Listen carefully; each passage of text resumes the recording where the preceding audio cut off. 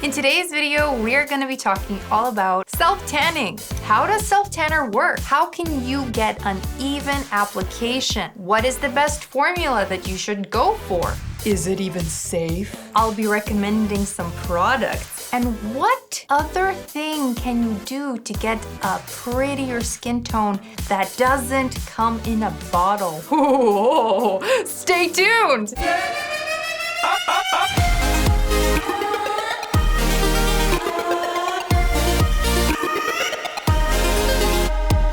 Hi, I'm Olena of OlenaandBelay.com and welcome back to my channel. If you're new here, this channel is all about the how and the why of skincare so that you can get consistently clear and healthy skin. Today, we are discussing self-tanning. Self-tanning, self-tanning, self-tanning. Why self-tanning instead of regular tan using the sun? You said I'm bringing heat on you? Because the real thing is super damaging. Overexposure to ultraviolet radiation is not a joke. What it causes is DNA damage in our actual skin cells, premature wrinkles that are very difficult to reverse without like a facelift. But also the C word, cancer.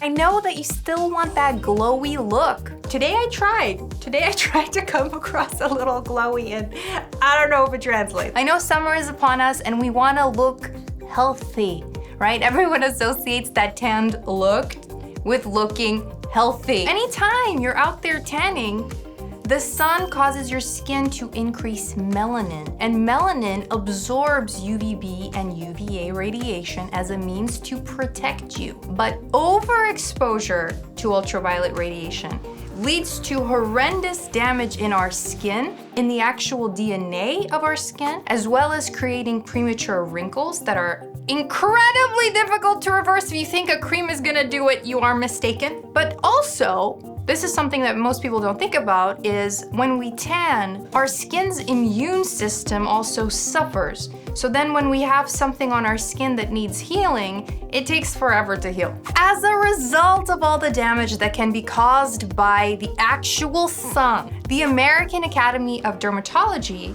recommends self-tanning over real tanning. So how does self-tanner work? Self-tanner contains a compound called DIHYDROXY, DHA. And I'm gonna call it DHA from now on because dihydroxyacetone is a mouthful. DHA is a sugar molecule that reacts with the amino acids in your skin to produce pigment, right? And cause your skin to turn a darker shade. This reaction between DHA and the proteins on the surface of your skin, on the stratum corneum. So it's just the outermost layer of your skin. It doesn't go deeper than that. This reaction is called a Maillard reaction, and it doesn't require any ultraviolet radiation to create this pigment. Once DHA is applied to the skin, it takes about 2 to 4 hours for it to start building up that color, and it can continue from 24 to 72 hours. There are lots of self-tanning products on the market, from lotions to creams to gels to tanning drops, all the things. Which one should you choose? Lotions tend to last longer than sprays, whereas mousses contain less moisture than lotions. So if your skin is quite oily, you might want to go for a mousse, but if your skin is on the normal to dry side, you might want to go for a lotion. Mousses and gels tend to have a shorter drying time, so if you're kind of slow at the application process, you might find that it will streak more for you. But if you're very efficient in applying the actual product, then a mousse and gel can work for you. So keep that in mind when choosing a product. What about colorless versus tinted tanning products? For the love of God, choose a tinted one, because I tried this La Roche-Posay untinted one recently and it resulted in so much streakiness and blotchiness. I wanted to find you a drugstore, easy to find product, easily available, but terrible, okay? You wanna see where you're applying your tanner, otherwise it could result in a big mess. Because this product was white, I had no idea where I was applying it. And I thought I applied it evenly, But upon waking up the next morning, I found lots of blotchiness, lots of streaks. One arm was darker than the other. So for the love of God, choose a tinted one. Speaking of, how do you ensure an even tan? I think this is actually what keeps a lot of people away from sunless tanning. So let's talk about some tips for even application. Before applying the self-tanner, during the application process, and then after application. So what to do before application? Number one, always exfoliate before self-tanning. Exfoliating before you apply the self-tanner is going to ensure a more even application so you don't have like really, dark elbows and knees or ankles. Also, make sure that you're moisturizing your skin so that your skin is really well hydrated. Make sure to do that at least 24 hours before you actually apply the self-tanner. You're gonna have better results this way. Tip number two, it's always best to moisturize your elbows, knees, ankles, and hands before you apply the self-tanner. This ensures that these areas are not stained more than the rest of your body so that you have that even application without crazy hands. This is something I do all the time because if I didn't, these areas would appear darker. Tip number three, during application, make sure to wear some kind of mitts or gloves. No, but seriously, I wear these latex gloves because they're really awesome. I just wash them after I'm done, dry them, and reuse them so that I'm not, throwing away a bunch of latex gloves. So this pair I've literally used for years, this one pair of latex gloves. I don't like to be wasteful.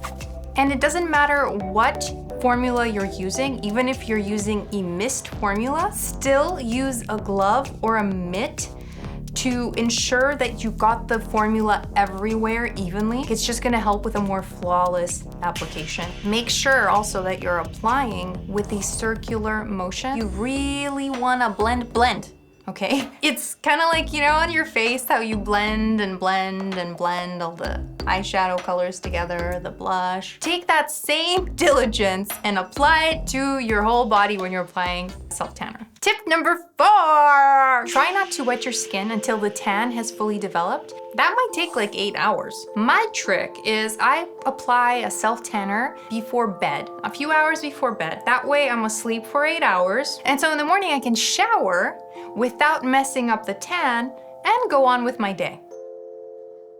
Tip number 5, if you want the tan to be more deep in color, I would just reapply like every 3 or 4 days. So before the tan has a chance to disappear, you would be applying it again and therefore deepening the color a little more and a little more each time. This is like if you're dedicated to a tan. But do you want some of my personal pro tips? I'll have what she's having. My pro tip number 1, if you're a newbie and you don't fully want to commit to whatever color you're about to get on your skin, I actually recommend mixing your self-tanner with your favorite body lotion, like half and half roughly. This way you kind of get more of a gradual tan situation, so you're not getting the full effects, and you're also less likely to see streaks as a result. That's actually how I started my self-tanning experience journey, what have you. Back in the day, I don't know if it was Teen Vogue or where I read this, but Fergie from the Black Eyed Peas said that she mixed her self-tanner with her body moisturizer,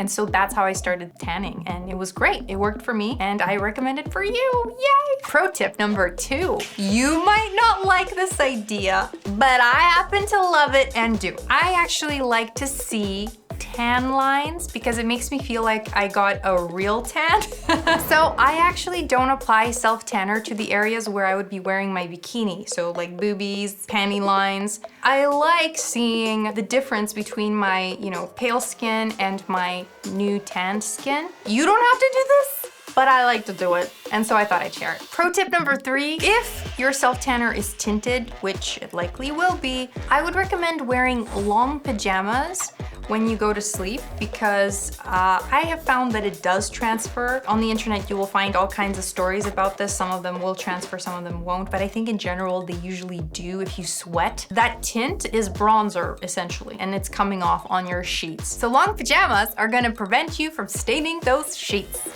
But that smell though, The smell. Which smell is Olena referring to? Is self-tanning safe? Why is this video ending this way? Well, there is a lot of content and I cannot edit it fully for today. So you subscribe to this channel and wait for the epic second part, where all the self-tanning secrets will be revealed.